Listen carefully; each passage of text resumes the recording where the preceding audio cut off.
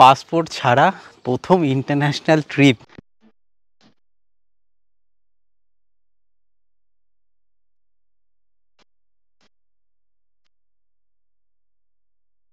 মানে অন্য একটা জগৎ, আর এইখানে দাঁড়িয়ে পুরো নিজেকে হারিয়ে ফেলুন।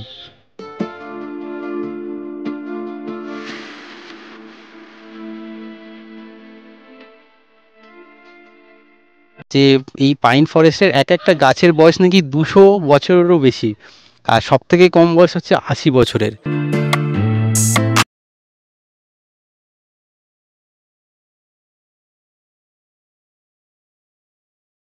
তো সবাই এসে আপনার চা পাতা এখানে ছিঁড়ে নিয়ে যায়, তার জন্য এটা আপনার নো এন্ট্রি রয়েছে। জায়গাটা কিন্তু অসাধারণ। যারা কাপেল আছেন তো তাদের জন্য তো এটা মানে আলাদা একটা ঠিকানা।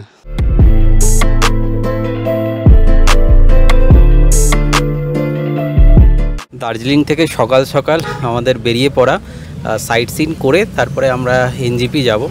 আর রোহন তো আমাদের দার্জিলিং ঘুরিয়েছে, এখন রোহনের সাথে আমরা মিরিকে সাইট সিন করবো।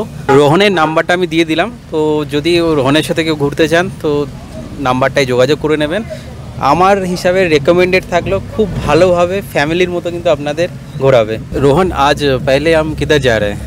आज हम पहले जाएंगे क्या बोलते हैं उसको, लेप्चा जगत। लेप्चा जगत, तो लेप्चा जगत আপনার পুরো পাইন ফরেস্টের একটা আপনার জঙ্গল।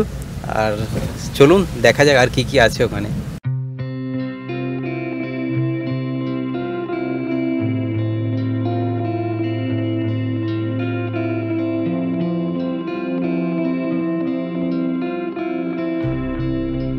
ঘুম স্টেশনকে ডান হাতে রেখে এই রাস্তা ধরে এগিয়ে চলা লেপচা জগতের উদ্দেশ্যে।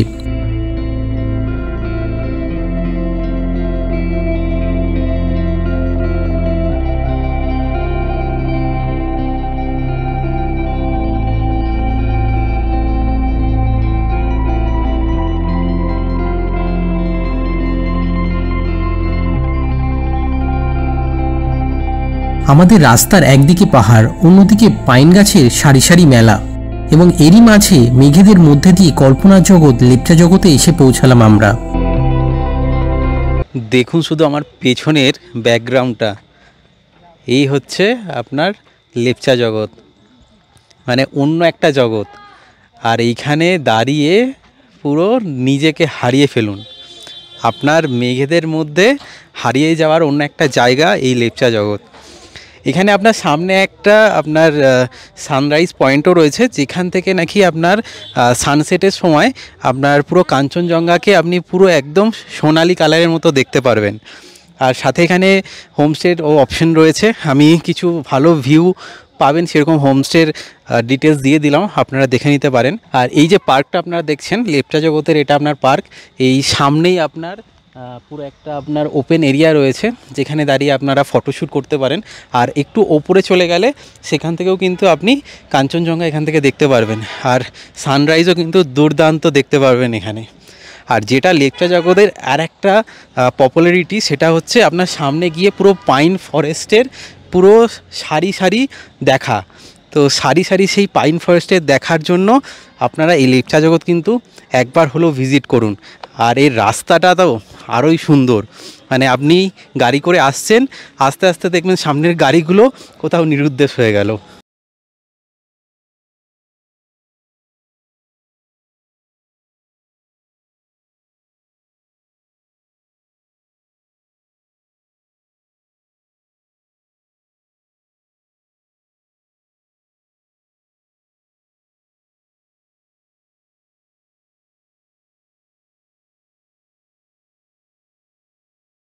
জগতের আগে যে টুরিস্ট স্পট ছিল সেখানে ভিজিট করেছিলাম, তাই ফেরার পথে বর্তমান টুরিস্ট স্পটের ভিড় চোখে পড়ল। সকালে আমাদের চা খাওয়া তো হলো, তাই গাড়িরও দরকার ছিল পেট্রোলের। মেঘাচ্ছন্ন পাহাড়ের বর্তমান তাপমাত্রা যখন মাত্র 21 ডিগ্রি, তখন কলকাতায় তার মাত্রা 35 ডিগ্রি। আমরা চলে আসলাম সুখিয়া বাজার। ডান দিকের এই রাস্তা চলে যাচ্ছে মানেভঞ্জন সুখিয়া পুখরি। আমাদের গন্তব্য সুখিয়া পুখরি, তাই নিয়ে নিলাম ডান দিক। গা ছমছমে পাইন ফরেস্টের মধ্যে দিয়ে দিনের আলোতেও অন্ধকারময় রাস্তা দিয়ে আমরা এসে পৌঁছালাম সুখিয়া পোখরিতে। সুখিয়া, সুখিয়া কথার অর্থ হচ্ছে সুখ, আর পোখরি, পোখরি মানে পুকুর। সুখিয়া পোখরির উচ্চতা আপনার 7,400 ফুট আনুমানিক। আর এইখানের আপনার চারিদিকের যে পাইন ফরেস্ট, তার মাঝে এই আপনার পোখরি বা পুকুর, আর তার যে দৃশ্য অসাধারণ। এখানে আপনার হোমস্টে রয়েছে দু একটা, চাইলে এখানে থাকতেও পারেন। এখানে এন্ট্রি ফি রয়েছে আপনার জনপ্রতি 20 টাকা, গাড়ির কোনো পার্কিং লাগছে না। আর সাথে এখানে একটা দেখলাম ফরেস্ট বাংলোও রয়েছে, তো তার নাম্বারও দিয়ে দিচ্ছি, আপনারা চাইলে যোগাযোগ করে নিতে পারেন।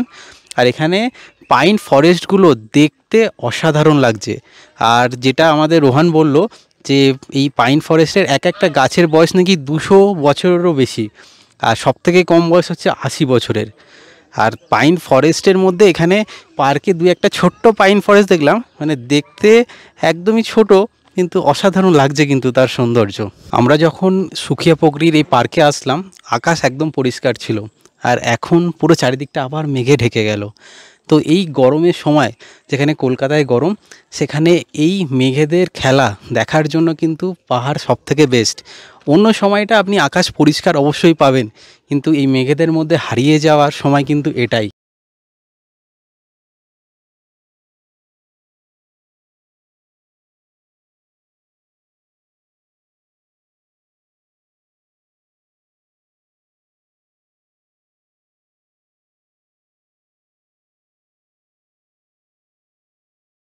এখানে একটা শ্মশান রয়েছে দেখলাম, আর শিব মন্দির রয়েছে, তো চাইলে সেটাও ঘুরে নিতে পারেন।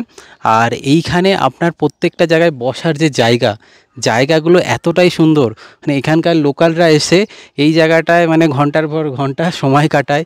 যারা কাপেল আছেন, তো তাদের জন্য তো এটা মানে আলাদা একটা ঠিকানা।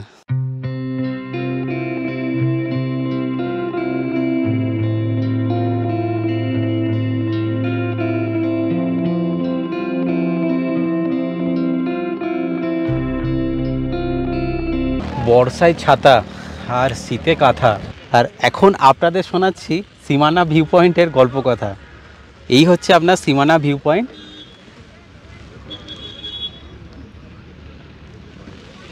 ভিউ তো কিছু দেখতে পেলেন না, আমিও পেলাম না। এখান থেকে নাকি নেপাল পুরো একদম দেখা যায়। এখান থেকে মানেভঞ্জন 2.9 কিলোমিটার। আর এই সীমানা ভিউ পয়েন্টে আসার আগে ডান হাতে একটা রাস্তা মানেভঞ্জন চলে যাচ্ছে। এছাড়া কিন্তু সুখিয়া পোখরি, মানে সুখিয়া পোখরি আসার আগে যে সুখিয়া রয়েছে, সুখিয়া বাজার থেকেও কিন্তু আপনার মানেভঞ্জন চলে যাচ্ছে ডান হাতের রাস্তাটা। আর এইখানেও আপনার একটা মার্কেট রয়েছে, তো মার্কেটে আপনার খাওয়া দাওয়া করতে পারেন। সাথে আপনার কেনাকাটারও জিনিস রয়েছে, দেখলাম চকলেট রয়েছে বিভিন্ন ভ্যারাইটির। তো আমরা তো এখন পশুপতি মার্কেট যাব আশা করছি, তো ওখানে যদি সুযোগ পাই তো চকলেট কিছু নেব। আর এইখান থেকে আপনার এখন ছাতা মাথায় এই সীমানা ভিউ পয়েন্টের এই দৃশ্য।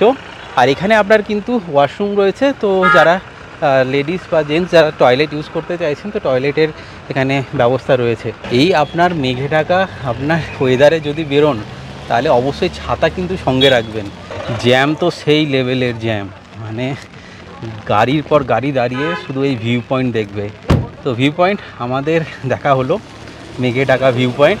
তো চলুন এবারে আমরা চলে যাই পশুপতি মার্কেটের উদ্দেশ্যে।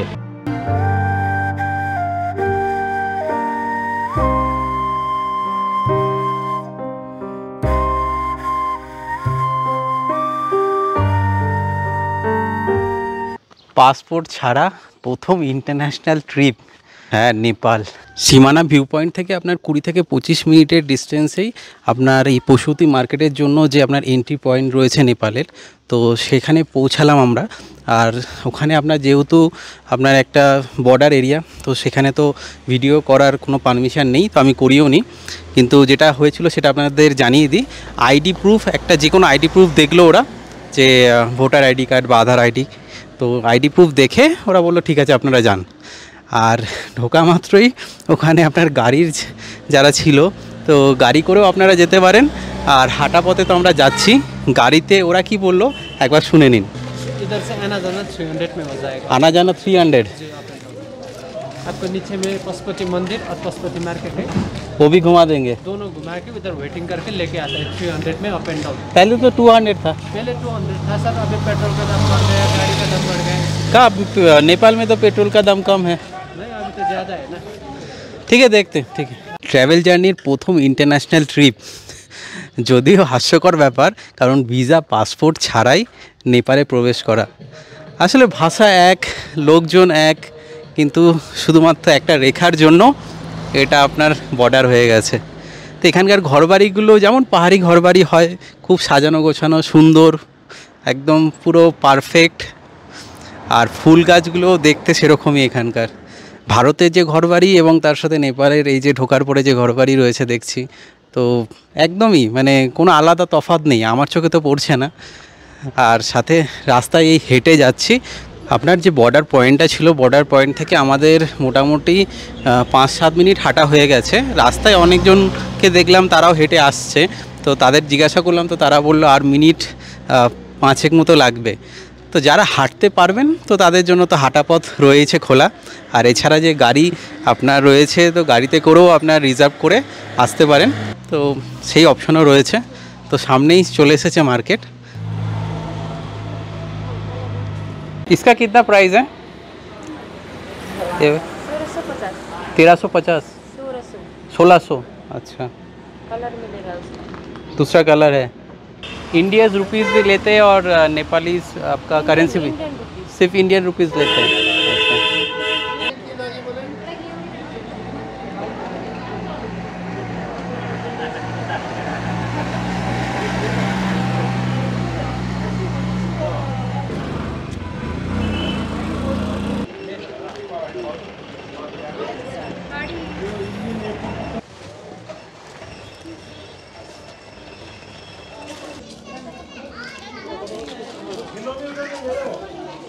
পশুপতি মার্কেটে কেনাকাটা তো হচ্ছে, কিন্তু কেনাকাটার সাথে যেটা আমাদের হলো ওয়াশরুম ইউজ করার জন্য 70 টাকা খরচা। আপনার এখানে আমরো বেকারি বলে একটা আপনার বেকারি রয়েছে, বেকারিতে আপনার কিটক্যাট নিলাম, আর একটা পিনাট বাটার আপনার বললো কি একটা কুকিজ রয়েছে, তো সেটা নিলাম। তো 70 টাকা খরচা হলো। ওখান থেকে আপনার নেপাল কারেন্সির একটা নোট নিলাম। তো নোটটা আপনার কত টাকার নোট আপনারা যদি চিনতে পারেন কমেন্ট করে জানাবেন। আর এখন আমরা এসেছি এখানে পশুপতি যে আপনার মন্দির রয়েছে, মন্দিরটা দর্শন করতে। তো এখানে আপনার মার্কেট এবং এই পশুপতি মন্দির, তো এইটা ঘুরে দেখার মধ্যে রয়েছে।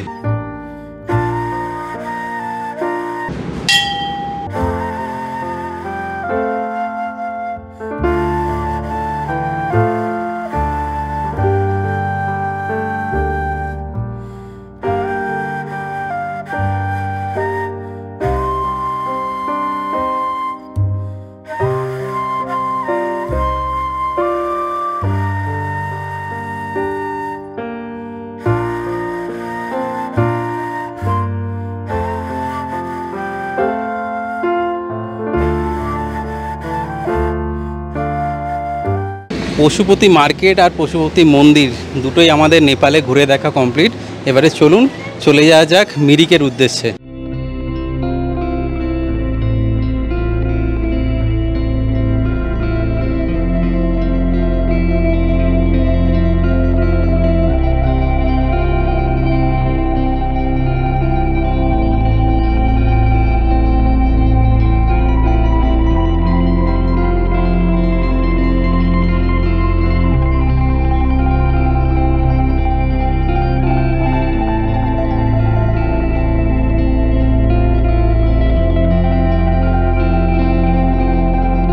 নেপালের পশুপতি মার্কেট থেকে আমরা চলে আসলাম গোপালধারা আপনার এই টি গার্ডেনে।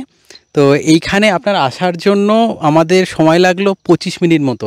গোপালধারা এই আপনার টি গার্ডেনটা, তো এটা আপনার মানে একদমই আলাদা। যেমন নর্মালি পাহাড়ের একদম ধাপ বরাবর আপনার চা বাগান নেমে যায়, কিন্তু এই গোপালধারা টি গার্ডেন এটা আপনার ছোট ছোট যে পাহাড় দেখতে পাচ্ছেন আমার পুরো চারপাশে, তো এরকম পাহাড়ের ওপরে আপনার এই চা বাগানটা রয়েছে। আর এইটা এখন দেখতে পাচ্ছেন পুরো মেঘে ঢাকা। তো যখন এটা পরিষ্কার থাকে, একদম আকাশ পরিষ্কার, এই আপনার পাহাড়গুলো আপনি পরপর দেখতে পারবেন। আর একদমই ছোট ছোট পাহাড়, যেগুলো আপনার দার্জিলিং বা সেই সংলগ্ন যে পাহাড়গুলোর একদম বড় পাহাড় থেকে আপনার নেমে গেছে, তো সেটা কিন্তু এইখানে ছোট ছোট পাহাড়ের ওপরে এই চা বাগানটা রয়েছে।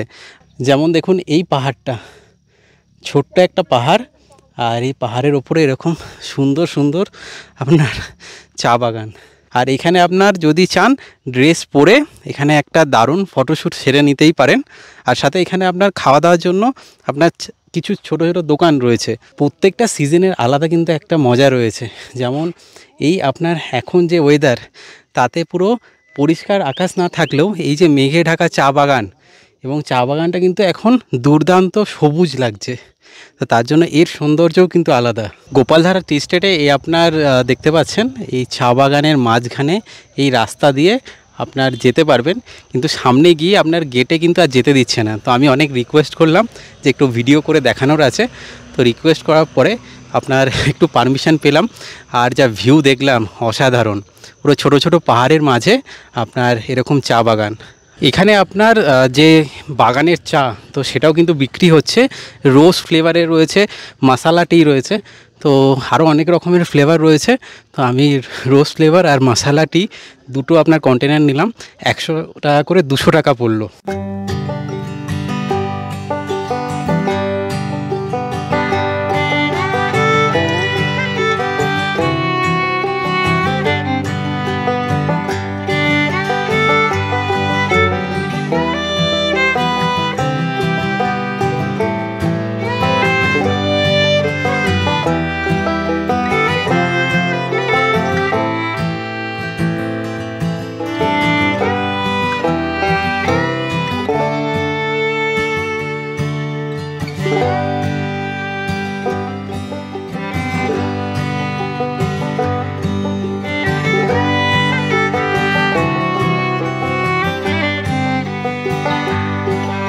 ঘোরাঘুরি মাঝে মিরিক পৌঁছাতে পৌঁছাতে সময় প্রায় 2টো পেরিয়ে গেছে। তাই মধ্যাহ্নভোজ পর্বটা বাঙালিয়ানা স্বাদে সম্পূর্ণ করতে চলে আসা কলকাতা হোটেলে। আজকের মেনুতে ছিল রুই মাছ, সর্ষে দিয়ে বাটা মাছ, মাছের মাথা দিয়ে মুড়ি ঘন্ট, সম্পূর্ণ বাঙালিয়ানা ছোঁয়ায়। সাথে ছিল পাঁপড় ভাজা ও স্যালাড।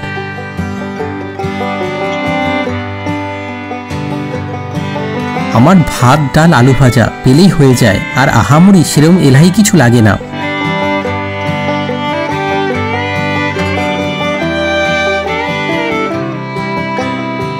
এদিন খাবারের স্বাদ ছিল সত্যিই বেশ ভালো। বিশেষ করে অনেকদিন পরে খাওয়া সর্ষে দিয়ে বাটা মাছ ছিল সত্যিই দারুণ।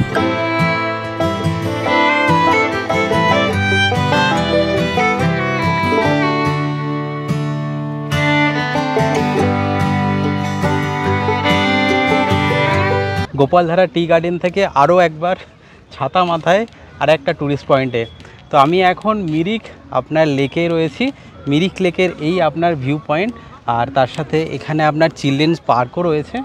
আর এই হচ্ছে মিরিক লেক।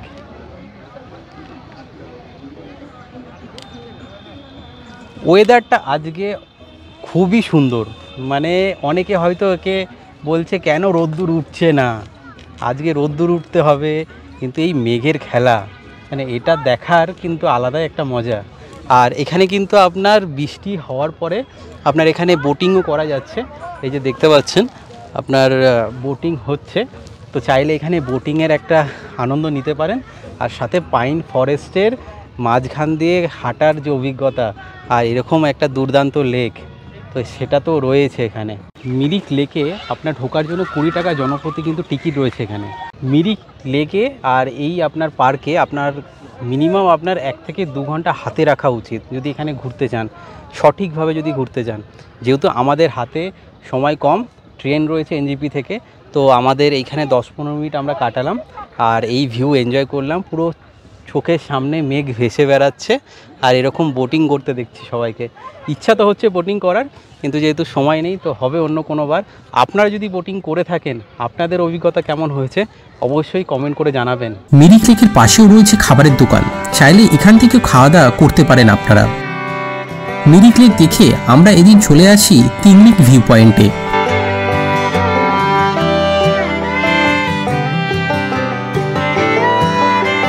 মিরিকে তো আপনাদের কোনো ভিউ দেখাতে পারিনি, কিন্তু অবশেষে এই আপনার তিংলিং যে ভিউ পয়েন্ট রয়েছে, তো তিংলিং ভিউ পয়েন্টে আপনার এইখানে এই চা বাগানের যে দৃশ্য দেখে মন ভরে যাচ্ছে। আর রাস্তাটা মানে পাহাড়ি রাস্তা যে এঁকে বেঁকে এসেছে, তো সেটা পুরো বোঝা যাচ্ছে এখান থেকে। গাড়িগুলো উঠছে এই চা বাগানের মাঝখানে রাস্তা দিয়ে, দুর্দান্ত লাগছে দেখতে। আর যেই গোপালধারা যে আপনার টি গার্ডেনটা যেটা দেখিয়েছিলাম আপনাদের, তো এটা তার বড় ভার্সন বলতে পারেন। মানে বড় বড় গোল গোল পাহাড় আর তার মধ্যে এরকম চা গাছ হয়ে রয়েছে, দারুণ দারুণ।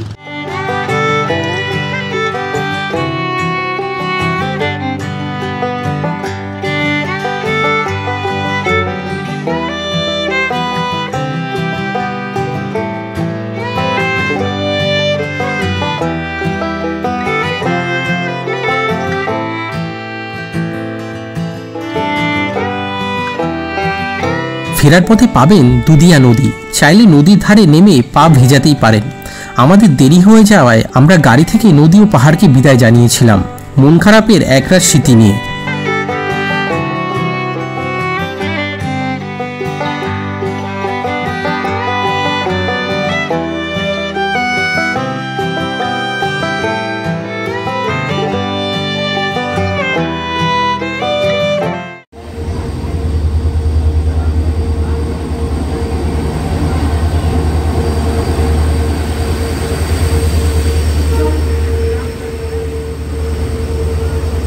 ঘড়িতে তখন 9:23। 12378 পদাতিক এক্সপ্রেস 8:40 নির্ধারিত সময় থেকে বেশ খানিকটা দেরিতে ঢুকলো এনজিপি স্টেশন। এবারের মতো আমাদের জার্নিও শেষ হলো। পাহাড়কে ছেড়ে রাত পেরিয়ে আমরাও পৌঁছালাম আমাদের পরিচিত গন্তব্যে। অচেনা ট্র্যাভেল জার্নি শেষে আরও একবার চেনা জার্নির শুরুতে আমাদের বাড়ি ফেরা। তো দেখা হচ্ছে আবারও অন্য কোনো ট্র্যাভেল জার্নিতে অন্য কোনো দিন। ট্র্যাভেল জার্নির এই পর্বটা ভালো লাগলে অবশ্যই লাইক এবং শেয়ার করে দেবেন, আর সাবস্ক্রাইব করে আমাদের আরও উৎসাহিত করবেন এরকম জার্নিতে আপনাদের সঙ্গী করে নিতে।